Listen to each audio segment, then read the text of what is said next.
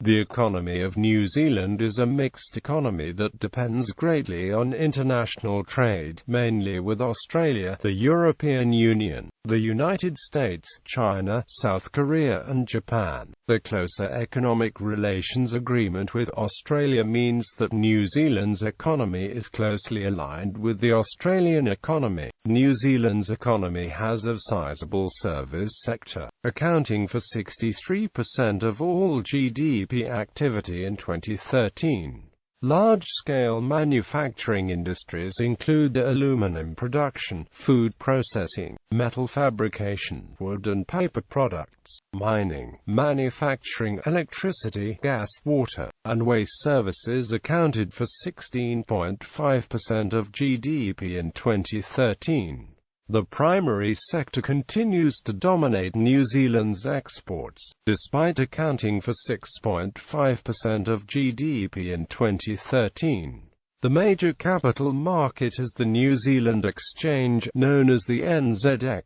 As of November 2014, NZX had a total of 258 listed securities with a combined market capitalization of $94.1 billion. The currency is known as the New Zealand dollar, which is also the currency of 5 Pacific Island territories. The New Zealand dollar is the 10th most traded currency in the world. Overview. The New Zealand economy is usually seen to be successful. It has been ranked first in the world for social progression, which covers such areas as basic human needs, foundations of well-being, and the level of opportunity available to its citizens.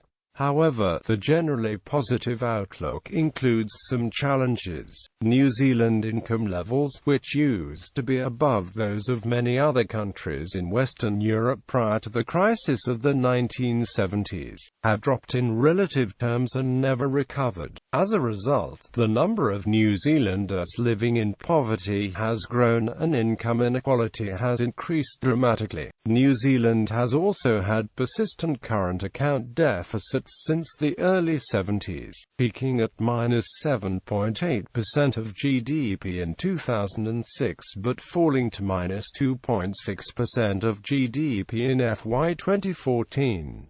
Despite this, public debt stands at 38.4% of GDP, which is small compared to many developed nations. However, between 1984 and 2006, net foreign debt increased 11-fold to $182 billion. By March 2014, net foreign debt had dropped back to $141.6 billion, which represents 61.5% of GDP. Despite New Zealand's persistent current account deficits, the balance on external goods and services has generally been positive. In FY 2014, export receipts exceeded imports by $3.9 billion. There has been an investment income imbalance, so net outflow for debt servicing of external loans. In FY 2014, New Zealand's investment income from the rest of the world was $7 billion, versus outgoings of $16.3 billion, a deficit of $9.3 billion. The proportion of the current account deficit that is attributable to the investment income imbalance grew from 1/3 in 1997 to roughly 70% in 2008. Taxation in New Zealand is collected at a national level by the Inland Revenue Department on behalf of the Government of New Zealand. National taxes are levied on personal and business income, as well as on the supply of goods and services. There is no capital gains tax, although certain gains, such as profits on the sale of patent rights, are deemed to be income. Income tax does apply to property transactions in certain circumstances, particularly speculation. Local property taxes are managed and collected by local authorities. Some goods and services carry a specific tax, referred to as an excise or a duty, such as alcohol excise or gaming duty. These are collected by a range of government agencies such as the New Zealand Customs Service. There is no social security tax or land tax in New Zealand. In the 2010 New Zealand budget, personal tax rates were cut, with the top personal tax rate reduced from 38% to 33%. The cuts gave New Zealand the second lowest personal tax burden. In the OECD, only Mexico's citizens had a higher percentage-wise take-home proportion of the salaries. The cuts in income tax were estimated to have reduced revenue by $2.46 billion. To compensate, GST was raised from 12.5% to 15%. Treasury figures show that top income earners in New Zealand pay between 6% and 8% of their income on GST. Those at the bottom end, earning less than $356 a week, spend between 11% and 14% on GST. Based on these figures, the New Zealand Herald predicted that putting GST up to 15% would increase living costs for the poor more than twice as much as for the rich. Corruption. New Zealand is the fourth highest ranked country on the Transparency International Corruption Perceptions Index of 2015. Regional economies. In 2013 statistics, New Zealand published details of the breakdown of gross domestic product in the regions of New Zealand for the year ended March 2013. Unemployment. Prior to the economic shock created by Britain's decision to join the EEC in 1973, removing it as New Zealand's primary market for exports, unemployment in New Zealand was very low. The official number of people unemployed in 1959 was only 21. A year later it was 22. A recession and collapse in wool prices in 1966 led to unemployment rising by 131%, but was still only a 0.7% increase in unemployment. After 1973, unemployment became a persistent economic and social issue in New Zealand. Recessions from 1976 to 78 and 1980 to 83 greatly increased unemployment again. Between 1985 and 2012, the unemployment rate averaged 6.29%. After the stock market crash of 1987, unemployment rose 170%, reaching an all-time high of 11.20% in September 1991. The Asian financial crisis of 1997 set unemployment upwards again, by 28%. By 2007, it had dropped again and the rate stood at 3.5%, its lowest level since the current method of surveying began in 1986. This gave the country the fifth best ranking in the OECD. The low numbers correlated with a robust economy and a large backlog of job positions at all levels. Unemployment numbers are not always directly comparable between OECD nations, as they do not all keep labor market statistics in the same way. The percentage of the population employed also increased in recent years, to 68.8% of all inhabitants, with full-time jobs increasing slightly, and part-time occupations decreasing in turn. The increase in the working population percentage is attributed to increasing wages and higher costs of living, moving more people into employment. The low unemployment also had some disadvantages, with many companies unable to fill jobs. From December 2007, mainly as a result of the global financial crisis, unemployment numbers began to rise, this time by 106%, with job losses especially high amongst women. In the last quarter of 2012, the unemployment rate fell to 6.9% from a 13-year high. This now makes New Zealand the 14th lowest among developed nations, below Canada's 7.2% and above Israel's 6.7%. In the September 2014 quarter, unemployment was 5.4%.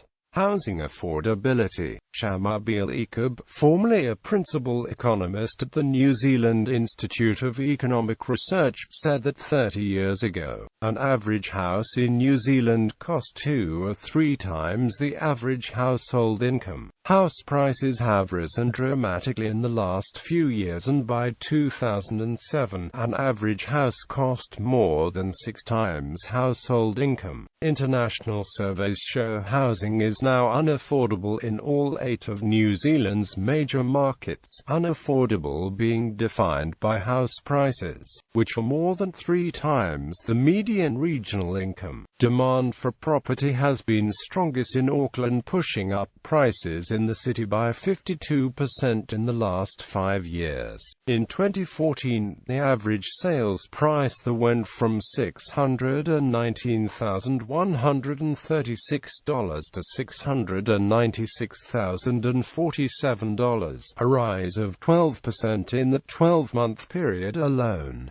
In 2015, prices rose another 14%. This makes Auckland New Zealand's least affordable market and one of the most expensive cities in the world, with houses costing 8 times the average income. Between 2012 and April 2016, the average Auckland home increased in price by just over 2/3, reaching $931,000 higher than the cost of an average home in Sydney. As a result, more and more people are being pushed out of the property market. Those on low incomes are hardest hit, affecting many Maori and Pacific Islanders. New Zealand's relatively high mortgage rates are exacerbating the problem, even making it difficult for young people with steady jobs to buy their first home. According to a submission made to the Housing Affordability Inquiry, escalating house prices are also impacting on many middle-income groups, especially those with large families. Mortgage advisor Bruce Patton said the trend was disturbing and added to the gap between the haves and have-nots. Property analysis company CoreLogic says 45% of house purchases in New Zealand are now made by investors who already own a home, while another 28% are made by people moving from one property to another. Approximately 8% are being made by overseas cash buyers, primarily Australians, Chinese, and British, although most economists believe foreign investment is currently too small to have a significant effect on property prices. Whether purchases are made by New Zealanders or foreigners, it is generally those who are already well off that are buying the bulk of properties on the market. This has had a dramatic effect on home ownership rates by Kiwis,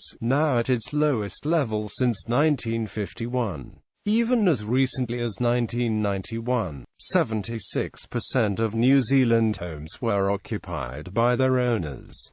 By 2013, this was down to 63%, indicating that more and more people are having to rent. Rywan Cox, chief executive of the Federation of Family Budgeting, says, high prices and high interest rates sentenced a rising number of New Zealanders to be lifetime tenants, where they are stuck in expensive rental situations, heading towards retirement. Inequality. Between 1982 and 2011, New Zealand's gross domestic product grew by 35%. Almost half of that increase went to a small group who were already the richest in the country. During this period, the average income of the top 10% of earners in New Zealand almost doubled, going from $56,300 to $100,200.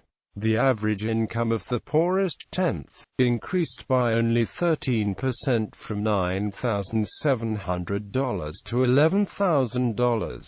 Growing inequality is confirmed by Statistics New Zealand, which keeps track of income disparity using the P80/20 ratio. This ratio shows the difference between high household incomes and low household incomes. The inequality ratio increased between 1988 and 2004, and decreased until the onset of the global financial crisis in 2008, increasing again to 2011 and then declining again from then. By 2013, the disposable income of high-income households was more than 2.5 times larger than that of low-income households, highlighting the disparity. The top 1% of the population now owns 16% of the country's wealth. The richest 5% owns 38%, while half the population, including beneficiaries and pensioners, earn less than $24,000.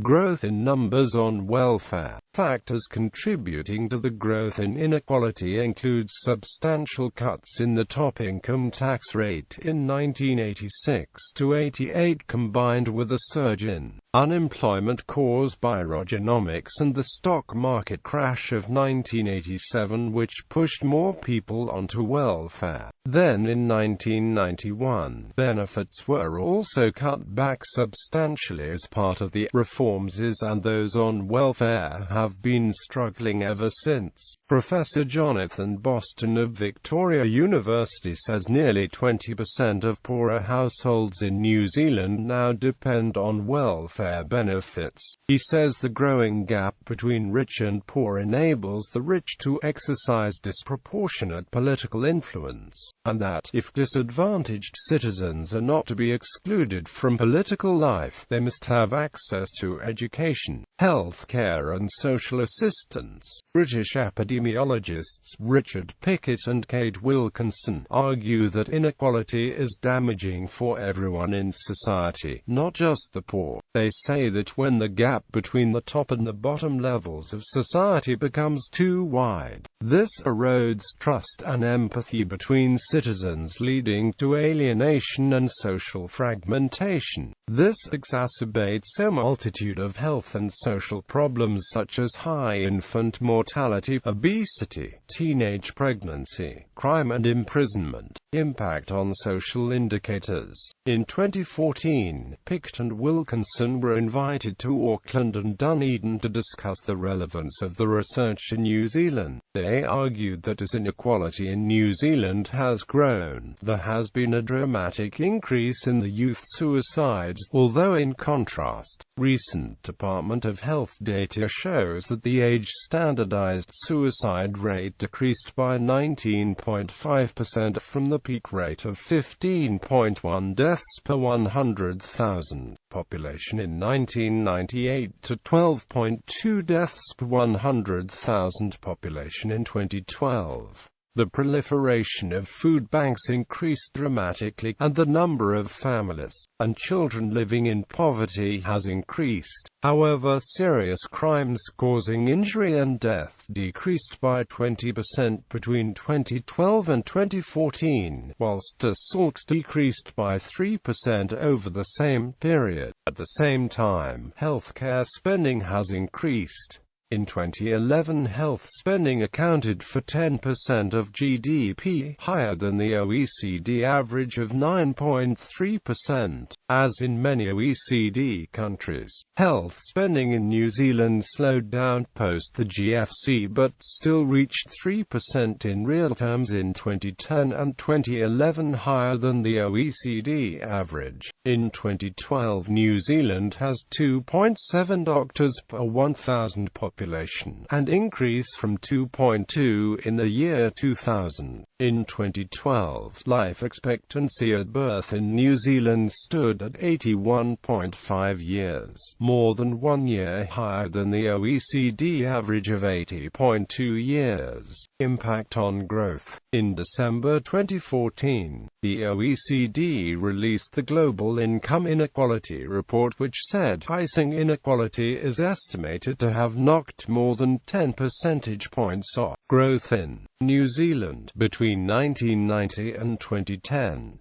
The paper found no evidence that redistributive policies, such as taxes and social benefits, harm economic growth, provided these policies are well-designed, targeted and implemented. It concluded that focusing exclusively on growth and assuming that its benefits will automatically trickle down to the different segments of the population may undermine growth in the long run. Poverty in the 21st century concern has been growing that an increasing number of New Zealanders, especially children, have been pushed into poverty, where poverty is defined in income terms as households living at below 60% of the national median income. In 2005, an international report found that 1 in 6 children in New Zealand were being raised in poverty, making New Zealand children 23rd poorest out of 26 rich nations.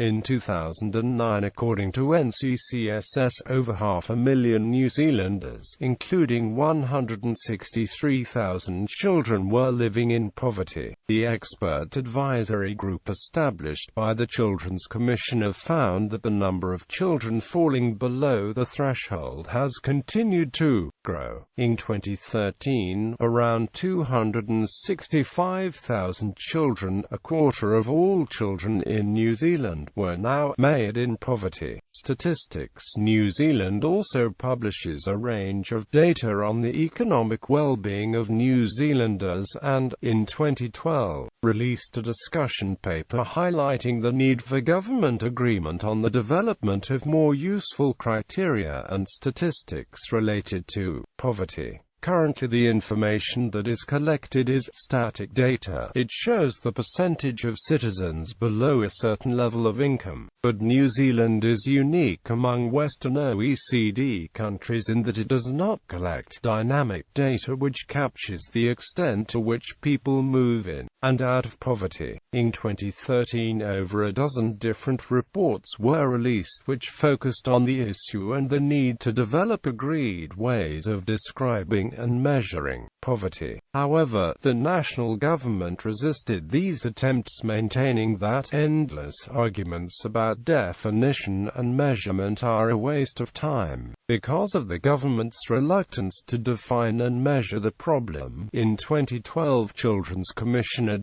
Russell Wills established an expert advisory group which produced a comprehensive report called Solutions to Child Poverty in New Zealand, Evidence for Action, which contains 78 recommendations to combat poverty. Dr. Wills also set up the Child Poverty Monitor to highlight the living conditions of children in New Zealand on an ongoing basis. Superannuation New Zealand has a universal superannuation scheme. Everyone aged 65 years old or over, are a New Zealand citizen, a permanent resident, and normally live in New Zealand at the time they apply as eligible. They must also have lived in New Zealand for at least 10 years since they turned 20, with 5 of those years being since they turned 50.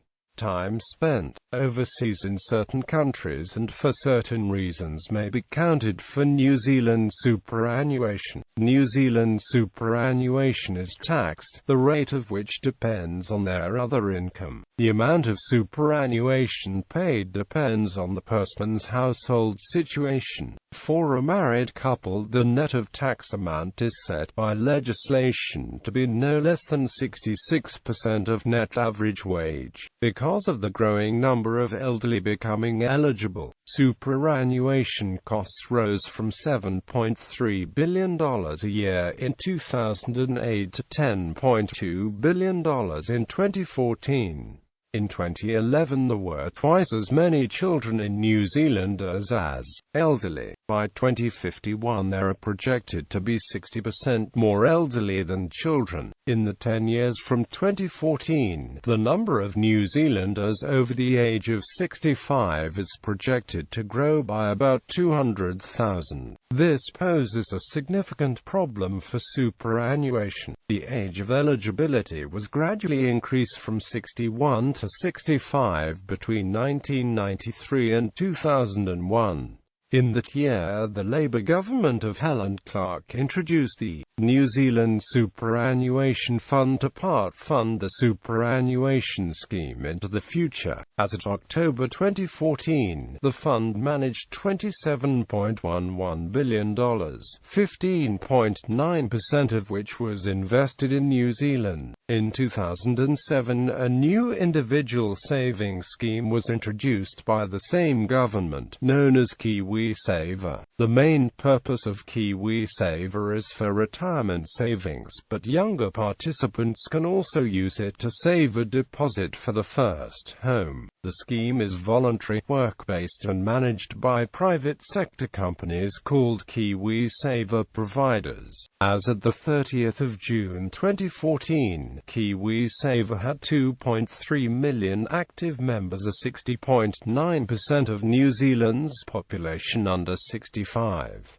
$4 billion was contributed annually, and a total of $19.1 billion has been contributed since 2007. Infrastructure. According to the National Infrastructure Unit of the Treasury, New Zealand continues to face challenges to its infrastructure. All forms of infrastructure are long-term investments, and change does not come about easily or quickly. Transport. New Zealand's transport infrastructure is generally well developed.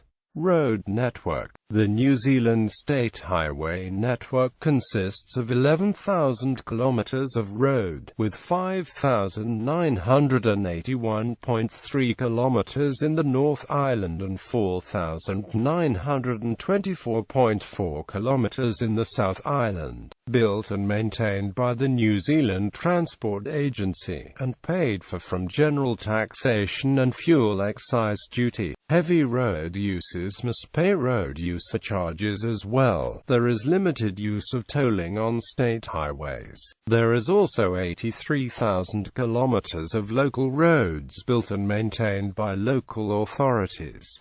Railway network. The railway network is owned by state-owned enterprise KiwiRail and consists of 3,898 kilometers of railway line, built to the narrow gauge of 1,067 millimeters. Of this, 506 kilometers is electrified. Airways. There are 7 international airports.